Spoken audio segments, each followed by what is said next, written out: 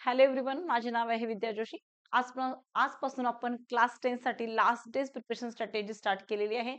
म्हणजे खूप कमी वेळेमध्ये खूप जास्त कसं शिकता येईल आणि कशा टाइपचे प्रश्न आले तर तुम्हाला कोणते फॉर्म्युलाज अप्लाय केले पाहिजेत, कोणती मेथड अप्लाय केली पाहिजे, हे अतिशय सोप्या पद्धतीमध्ये आज मी तुम्हाला एक्सप्लेन करणार आहे. तर तुमच्यापैकी अजून बरीच मुलं अशी असतील की त्यांची रिव्हिजन म्हणावी तेवढी झाली नसेल किंवा अजूनही कोणता फॉर्म्युला कुठे यूज करू, कोणता प्रश्न विचारला तर त्यांना कोणती मेथड अप्लाय करायची, याच्यामध्ये बरंच कन्फ्युजन होत असणार आहे. तर तुम्हा सर्वांसाठी मी ही स्ट्रॅटेजी स्टार्ट केलेली आहे. तर ह्या स्ट्रॅटेजीसाठी मी पहिला चॅप्टर निवडलेला आहे, जो आहे फायनान्शियल प्लॅनिंग. तो आपल्याला बोर्डसाठी 8 मार्क्सचा विचारला जातो. तर ह्या चॅप्टर रिलेटेड आपल्याला क्वेश्चन नंबर 4 आणि 5 मध्ये गेल्या 5-6 वर्षापूर्वीचे जर आपण पेपर चेक केले, तर एकही प्रश्न विचारला गेलेला नाहीये. म्हणजे आउट ऑफ द टेक्स्टबुक प्रश्न विचारला गेलेला नाहीये. पण याचा अर्थ असा नाही की यावर्षी विचारले जाणार नाही. यावर्षी विचारले जाऊ शकतात. तर फक्त आपण याच्यामध्ये कन्सेप्ट वाईज स्टडी करणार आहोत. म्हणजे कसाही प्रश्न येऊ दे, टेक्स्टबुकच्या बाहेरून येऊ दे, कसाही येऊ दे, तुम्ही डेफिनेटली आन्सर फाइंड आउट करू शकता. ओके. वेळ आपल्याकडे खूप कमी राहिलेला आहे, पण वेळ अजून गेलेली नाहीये. त्याच्यामुळे आपण अभ्यास करायला नक्कीच सुरुवात केली पाहिजे. चला तर आपण पहिला टॉपिक स्टार्ट करूया, फायनान्शियल प्लॅनिंग. आता ह्या फायनान्शियल प्लॅनिंग मध्ये आपण काय काय बघितलेलं आहे? पहिला पार्ट ह्याच्यामध्ये आपण बघितलेला आहे जीएसटी. आता जीएसटी म्हणजे काय, की आजकाल आपण कोणतीही वस्तू सेल करतो किंवा परचेस करतो त्यावर आपल्याला जीएसटी हा नक्कीच द्यावा लागतो. म्हणजे कोणत्याही टाइपचे ट्रान्झॅक्शन्स जे आपल्या होतात त्याच्यावर तुम्हाला जीएसटी हा पे करावा लागतो. तर ट्रान्झॅक्शन सुद्धा ह्या 2 टाइपचे असतात. एक असतात की इंट्रास्टेट ट्रान्झॅक्शन आणि दुसरी असते इंटरस्टेट आणि दुसरी असते आपली इंटर स्टेट ट्रान्झॅक्शन्स. आता ह्या इंट्रा म्हणजे काय, विदिन अ स्टेट, आणि इंटर म्हणजे काय, अ, म्हणजे ह्या स्टेटमधून दुसऱ्या स्टेटमध्ये केलेली जे ट्रान्झॅक्शन असते त्याला आपण म्हणतो इंटरस्टेट. आता इंट्रास्टेटसाठी आपण कोणता जीएसटी अप्लाय करतो? जीएसटी तर सेमच आहे, पण जीएसटी इथे 2 पार्टमध्ये डिवाइड केला जातो. तो असतो एक सीजीएसटी आणि दुसरा असतो एसजीएसटी. एक असतो सीजीएसटी आणि दुसरा असतो एसजीएसटी. आणि ते जर सेम ट्रान्झॅक्शन जर तुमच्या इंटरस्टेट असतील तर तुम्हाला आयजीएसटी अप्लाय करावं लागतं. ओके. आता सीजीएसटी म्हणजे काय, central goods and service tax. SGST म्हणजे state goods and service tax. IGST हा इंटरस्टेटसाठी ट्रान्झॅक्शन इंटरस्टेटसाठी आपण वापरला जातो. आता सीजीएसटी आणि एसजीएसटी, आता समजा कोणत्याही तुमची पर्चेसिंगवर आहे. पर्चेसिंग जर समजा की तुमचा एक 18% जर तुमचा जीएसटी असेल. समजा फॉर एक्झाम्पल तुम्ही टीव्ही घेतला किंवा काहीतरी असं घेतलं, त्याच्यावर तुम्हाला 18% जर सर्व्हिस तुमचा जर जीएसटी लागत असेल, तर त्याला आपण इक्वली डिव्हाईड करणार. म्हणजे ह्याचा 9% जाणार तुमचा सीजीएसटीला आणि 9% आपण देणार आहोत एसजीएसटी. म्हणजे जो तुमचा जीएसटीचा रेट असणार आहे, तो आपण इक्वली डिव्हाईड करून अर्धा पर्सेंट सीजीएसटी आणि त्याचे 0.5% आपण एसजीएसटी देतो.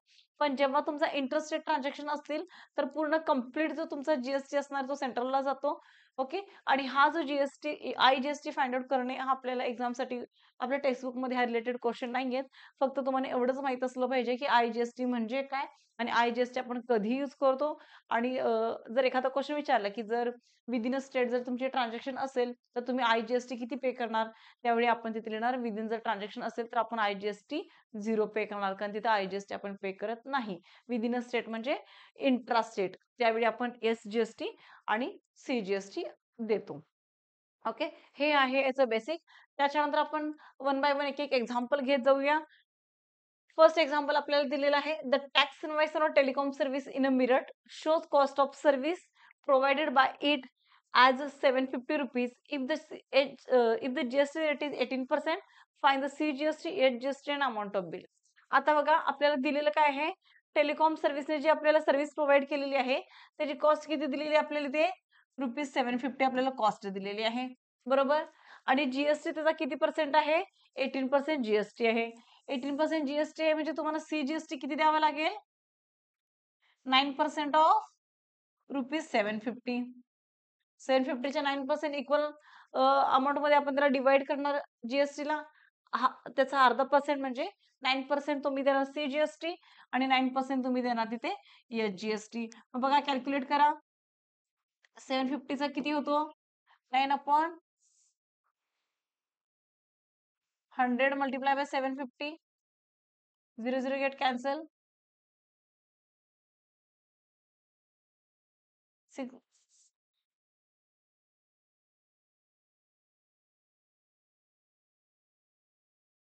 ₹67.5 हा तुमचा काय येणार आहे इथे CGST असणार आहे. सिमिलरली इथेही तुमचं सेमच येणार.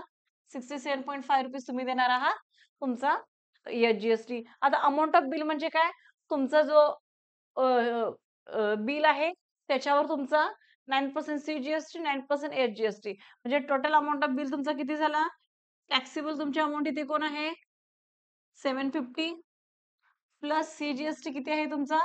67.5 प्लस एच-जी-एस-टी तुमचा झाला इथे 67.5 ह्या सर्वांना ऍड करा आणि जी तुमची अमाउंट असणार आहे हे टोटल तुमचं अमाउंट ऑफ बिल येणार आहे. चला तर आपण ऍड करू याला.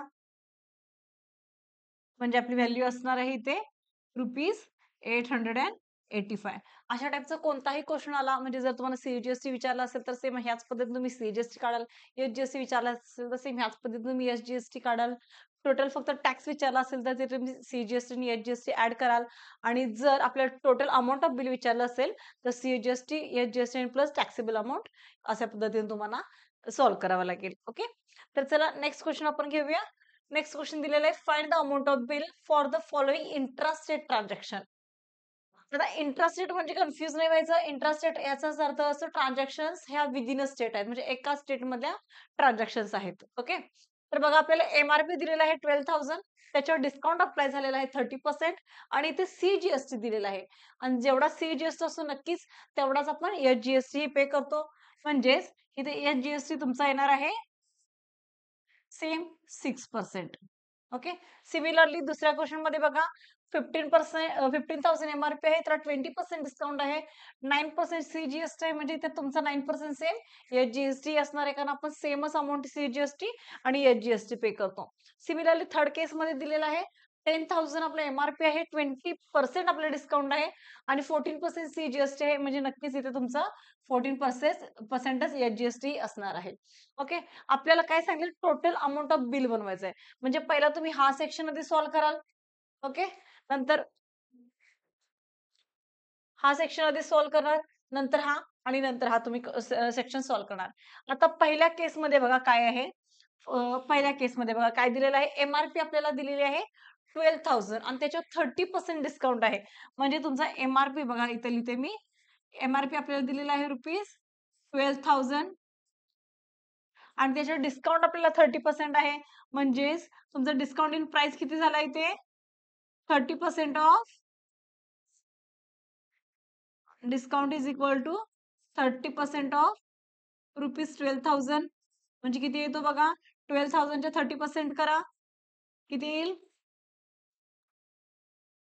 ₹3,600 हा तुमचा झालेला आहे इथे डिस्काउंट. मग आता डिस्काउंटेड प्राइस म्हणजे काय असते एमआरपी मधून जेवढा तुमचा डिस्काउंट आहे त्याला आपण मायनस केला तर तुमची मिळते डिस्काउंटेड प्राइस. म्हणजे आता तुमची ती डिस्काउंटेड प्राइस किती येणार 12,000 मायनस 3,600 12,000 मधून 3,600 मायनस करा म्हणजे तुम्हाला मिळेल डिस्काउंटेड प्राइस. ती किती येईल बघा तुमची इथे ₹8,400 ही तुमची काय येणार आहे डिस्काउंटेड प्राइस येणार आहे. आता जो तुमचा सीजीएसटी एचजीएसटी अप्लाय होणार आहे तो कशावर होणार आहे डिस्काउंटेड प्राइस म्हणजेच 8,400 वर तुम्हाला सीजीएसटी अप्लाय करावा लागणार आहे. म्हणजे किती येईल बघा सीजीएसटी ते आपण करणार आहोत is equal to 9% of sorry किती आहे इथे 6% आहे ना. CGST is equal to 6% of ₹8,400 calculate करा किती येतं बघा. सर्वांनी वही पेन घेऊन बसलाय ना. चला कॅल्क्युलेट करा 6% of 8,400 0 get cancel 24 two carry 6 14 plus 50 ₹504 तुमचा काय झाला इथे सीजीएसटी झालेला आहे. सेम तेवढाच तुमचा जीएसटी असणार आहे म्हणजे 6% ऑफ 8,400 इज इक्वल टू ₹504 हा तुमचा इथे झाला एचजीएसटी. मग आता पहिल्या केस साठी तुमचं बिल किती पहिल्या केस साठी तुमची अमाऊंट किती होणार आहे अमाऊंट फॉर पहिल्यासाठी हा फर्स्ट केस साठी अमाऊंट तुमची किती असणार आहे 8,400 हा तुमचा टॅक्सेबल अमाऊंट आहे प्लस ₹504 हा तुमचा सीजीएसटी आहे प्लस ₹504 तुमचा एचजीएसटी झालेला आहे. मग चला ऍड करा आणि किती येतो सांगा? 8400 प्लस 1008 म्हणजे 8508 रुपीज हा तुमचा पहिल्या केससाठी अमाउंट झालेली आहे. ओके. आता सिमिलरली अशाच पद्धतीने तुम्हाला सेकंड केस ही काढायची आहे. सिमिलरली अशाच पद्धतीने थर्ड केस ही काढायची आणि सर्वांची अमाउंट जर तुम्ही ऍड केला तर तुम्हाला टोटल अमाउंट ऑफ बिल ही मिळेल. आता बघा सेकंड केससाठी काय आहे? 15,000 त्याची एमआरपी आहे. आणि त्याला डिस्काउंट जो दिलाय 20% डिस्काउंट दिलेला आहे. मग सांगा 15,000 च्या 20% डिस्काउंट किती झाला? 3000. मग 15,000 मधून 3000 तुम्ही मायनस केले. किती मिळाले? 12,000. म्हणजे तुमची तिथे डिस्काउंटेड प्राइस किती मिळाली तुम्हाला इथे? 12,000. आता त्या 12,000 वर तुम्हाला सीजीएसटी अप्लाय करायचा आहे 9%. मग 9% ऑफ 12,000 किती झाला? 1080 रुपीज येणार. सिमिलरली एच-जी-एस-टी तुमचा 1080 रुपीजच येणार. का? 12,000 चे तुम्ही 9% एच-जी-एस-टी ही पे करणार आहात. मग तिथे सेकंड केससाठी तुमचं अमाउंट ऑफ बिल सेकंड केससाठी तुम्ही अमाउंट किती पे कराल? 12,000 प्लस 1008 प्लस 1008 म्हणजे 14,160 रुपीज ही तुमची काय असणार? सेकंड केससाठी अमाउंट आहे. सिमिलरली थर्ड केससाठी तुम्हाला सेमच करायचं आहे. 10,000 ची तुमची एमआरपी आहे त्याला मिळालेलं आहे 20% डिस्काउंट. मग डिस्काउंटेड प्राइस तुमची किती असणार आहे? MRP minus discount. मग आता 10,000 चे 20% किती तुमचा डिस्काउंट झाला? डेफिनेटली 2,000 तुमचा डिस्काउंट झालेला आहे. मग 10,000 मधून 2,000 तुम्ही मायनस करणार. म्हणजे किती मिळाले इथे तुम्हाला? 8,000 तुमची इथे एमआरपी झाली. त्याच्यावर तुम्ही 14% जीएसटी काढणार आणि 14% एच-जी-एस-टी काढणार. म्हणजे तुमची ती तुम्हाला व्हॅल्यू मिळेल आणि अशा तिघांचीही टोटल ऍडिशन केली तर तुम्हाला टोटल अमाउंट ऑफ बिल मिळेल. अशा पद्धतीने तुम्हाला तिन्ही केस फाइंड आउट करायचे आहेत. आता मी सांगितल्याप्रमाणे सर्वांना एकत्र ऍड करा म्हणजे टोटल तुम्हाला अमाउंट ऑफ बिल मिळेल. ओके. आणि तुमचं अमाउंट ऑफ बिल किती येईल हे मला नक्की कमेंट सेक्शन मध्ये कमेंट करा. ओके. चला नेक्स्ट क्वेश्चन आपण आता घेऊया. आता अशा टाइपच्या क्वेश्चन्स मध्ये तुमचा बऱ्याच वेळी खूप डाऊट असतो. अशा टाइपचे क्वेश्चन्स म्हणजे काय? GST payable. आता जीएसटी पेएबल म्हणजे काय? की आता जर समजा की आपण एखादी वस्तू घेतलेली आहे. ओके. त्यानंतर आपण सम अमाउंटला एक वस्तू घेतली तेव्हा देताना आपण जो टॅक्स दिला होता, आपण दिलेला टॅक्स हा असतो नेहमी इनपुट टॅक्स. ही गोष्ट नेहमी लक्षात ठेवायची. जेव्हा आपण एखाद्याला टॅक्स देतो, तो असतो आपल्याला इनपुट टॅक्स आणि ज्यावेळी आपण एखाद्याकडून टॅक्स घेतो, त्यावेळी तो असतो आउटपुट टॅक्स. क्लिअर? म्हणजे एखादी वस्तू परचेस करताना दिलेला टॅक्स हा नेहमी असतो इनपुट टॅक्स आणि जेव्हा आपण ती वस्तू सेल करताना घेतलेला जो टॅक्स असतो त्याला आपण म्हणतो आउटपुट टॅक्स. आणि तो तुमचा जीएसटी पेएबल म्हणजे काय? की output tax minus input tax हा असतो तुमचा जीएसटी पेएबल. ओके. हे क्लिअर झालं? तर आता बघा क्वेश्चन काय दिलेला आहे? A product is sold from Mumbai to Pune for rupees 12,000 and then from Pune to Nashik at a profit rupees 4,000 if the rate of GST is 18%. Find the GST payable at Pune. आता ह्या केसमध्ये काय दिलेलं आहे? आपल्याला प्रोडक्ट सेल केलेला आहे आपण कुठून? मुंबई टू पुणे 12,000 रुपीजचा प्रोडक्ट सेल केलेला आहे. म्हणजे तुमची पहिली ट्रान्झॅक्शन कुठली आहे? मुंबई टू पुणे आहे. मुंबई टू पुणे. ओके. आता ह्या केसमध्ये तुम्ही 12,000 रुपीजला जीएसटी सॉरी 12,000 रुपीजचा प्रोडक्ट हे सेल केलेला आहे. म्हणजेच पुणेवाल्याने किती रुपयाचा प्रोडक्ट घेतलेला असणार आहे? 12,000 प्लस त्याने काय केलं असणार आहे? 12,000 चे 18% हा त्याने टॅक्स दिलेला असणार आहे. म्हणजेच इथे पुणेवाल्याने टॅक्स किती दिला? 12,000 चे 18%. ओके. त्यानंतर नेक्स्ट स्टेप काय केलेली आहे? त्यानं काय केलं? ज्या टॅक्स प्रॉफिट सॉरी ज्या प्राइसला त्यानं परचेस केलं त्याच्यामध्ये 4,000 रुपीज त्याने प्रॉफिट घेतला. म्हणजे डेफिनेटली नेक्स्ट ज्यावेळी त्यानं सेल केली असेल तिथे त्याने आपलं घेतलेलं प्राइस प्लस 4,000 प्रॉफिट घेऊ मगच वस्तू सेल केलेली असणार आहे. म्हणजे बघा पहिल्या केसमध्ये मुंबई टू पुणे. मुंबई टू पुणेमध्ये सीजीएसटी किती अप्लाय केला असणार आहे? 9% ऑफ रुपीज 12,000. मग किती आलं बघा? 9/100 मल्टिप्लाय बाय 12,000. किती जीएसटी पे केला असेल? 0,000 कॅन्सल. 108 रुपीज इथे तरी जीएसटी पे हा 1,080 रुपीज इथे त्याने जीएसटी पे केलेला आहे सीजीएसटी. सिमिलरली या जीएसटी इथे किती पे केलेला आहे? 9% of 12,000 is equal to 9/100 multiply by 12,000 म्हणजेच किती झाला रुपीज 1080 रुपीज इथेही त्याने इथे जीएसटी पे केला म्हणजे टोटल इनपुट आता हिनं जीएसटी पे केलेला आहे म्हणजे इनपुट टॅक्स त्याचा किती असणार आहे input tax at Pune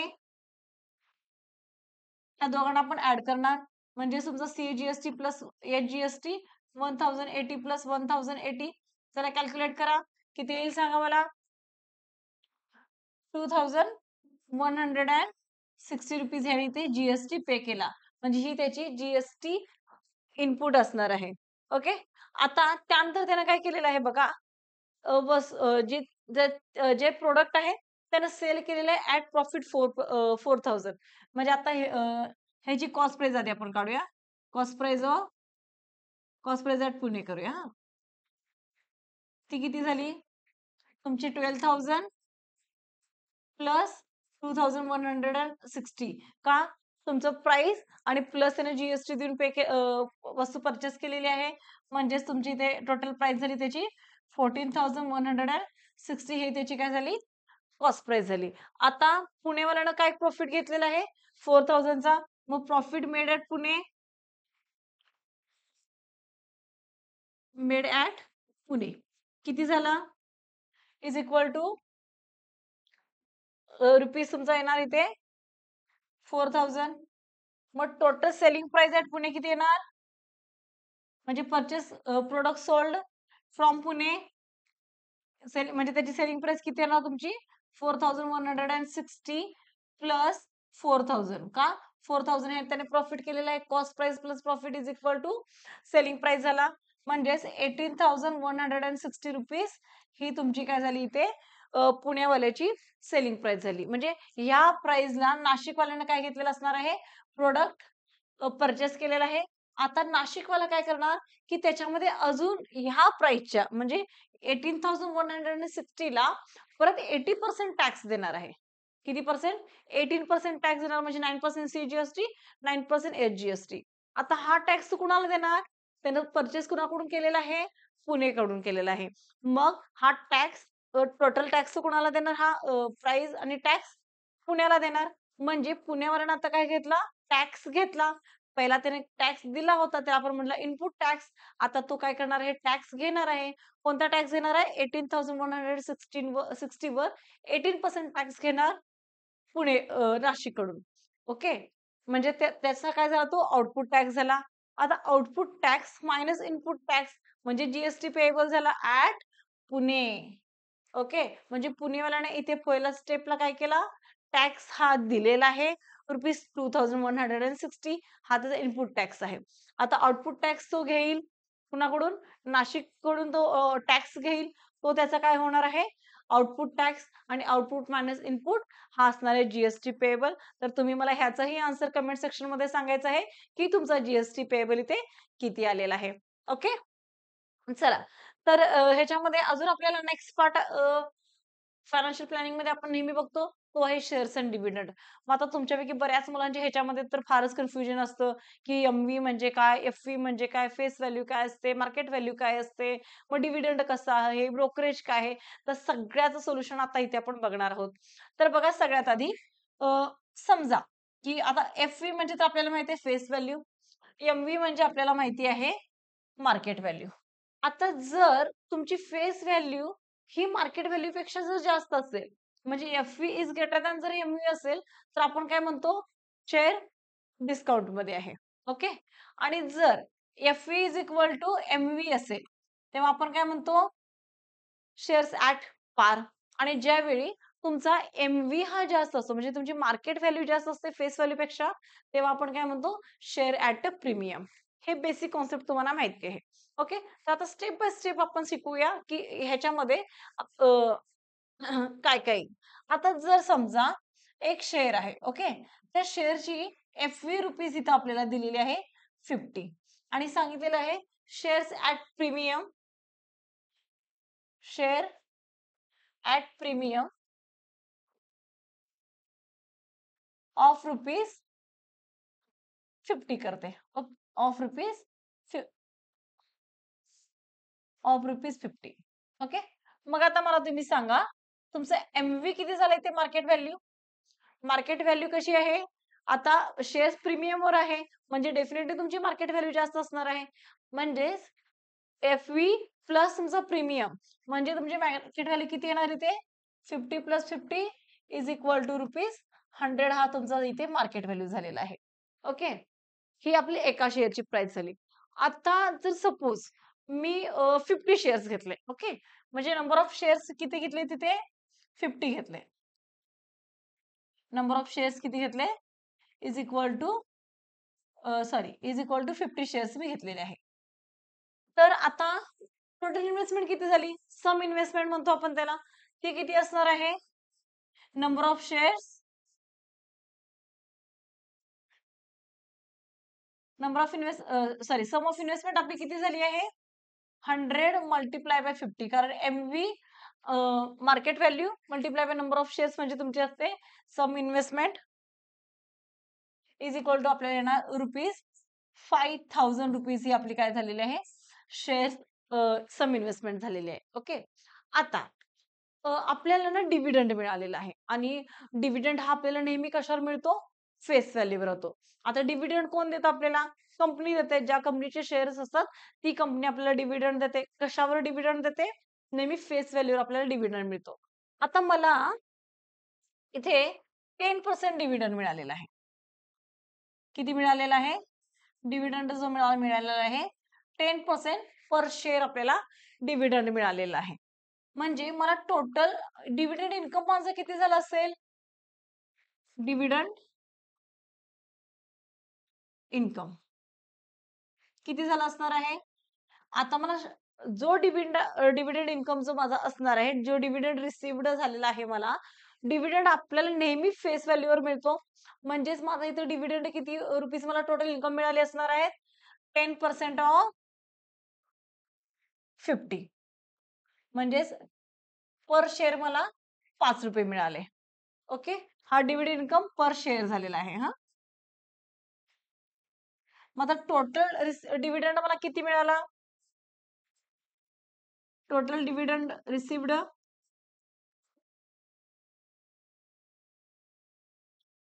is equal to किती येणार आपला?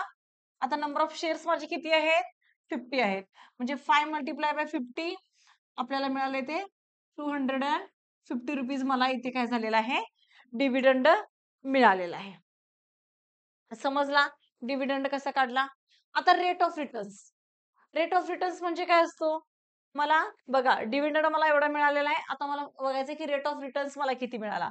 तर रेट ऑफ रिटर्नचा फॉर्म्युला आहे आपला rate of returns.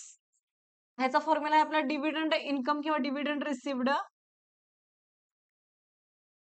Divided by sum investment.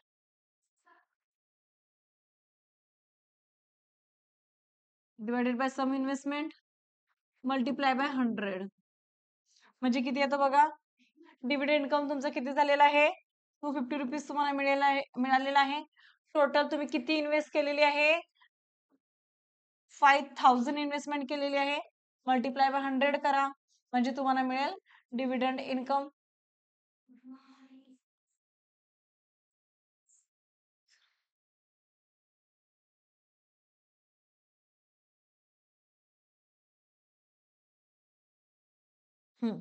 किती मिळाला बघा? तुमचा फायदा म्हणजे तुमचा रेट ऑफ जो आहे रेट ऑफ रिटर्न्स तुमचा मिळाला इथे 5% हा तुमचा झाला इथे रेट ऑफ रिटर्न्स. ओके. आता नेक्स्ट याच्या टाइप मध्येच नेक्स्ट आता तुम्हाला सांगते. जर आपल्याला क्वेश्चन विचारलेला जर आता बघा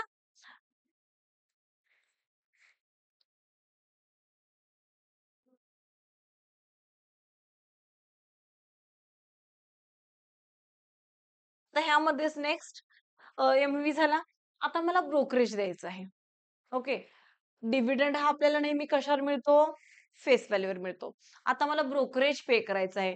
तर ब्रोकरेज आपण कशावर पे करणार? इथे नक्कीच मला ब्रोकरेज हे मार्केट व्हॅल्यूवर पे करावं लागतं.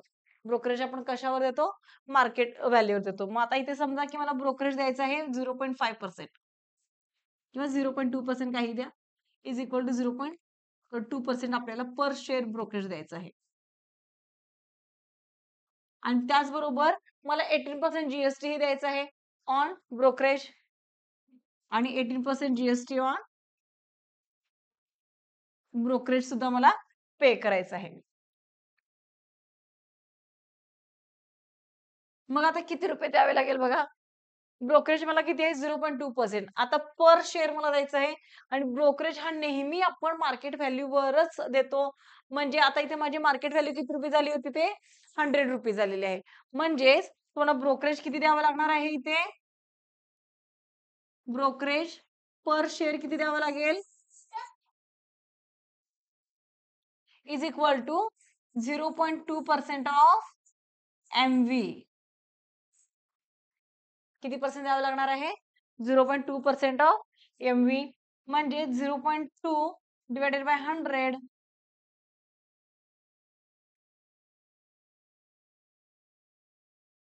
0.2 divided by 100 multiply by MV किती होता आपला? 100 आहे. 0 कॅन्सल इज इक्वल टू 0.2 म्हणजे पर शेअर मला 0.2 रुपीज हा ब्रोकरेज द्यायचा आहे. मग आता टोटल ब्रोकरेज मी किती दिलेला आहे? टोटल ब्रोकरेज किती पे केलं आपण? 0.2 मल्टिप्लाय बाय 50 का? आपण बघा इथे नंबर ऑफ शेअर्स किती घेतले होते?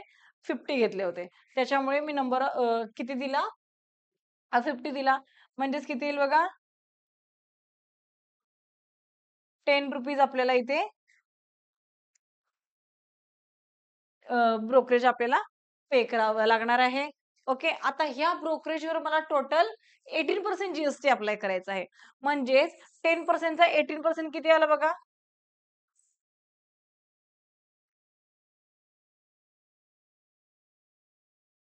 म्हणजे आता 18 जीएसटी किती पे करणार आहे मी?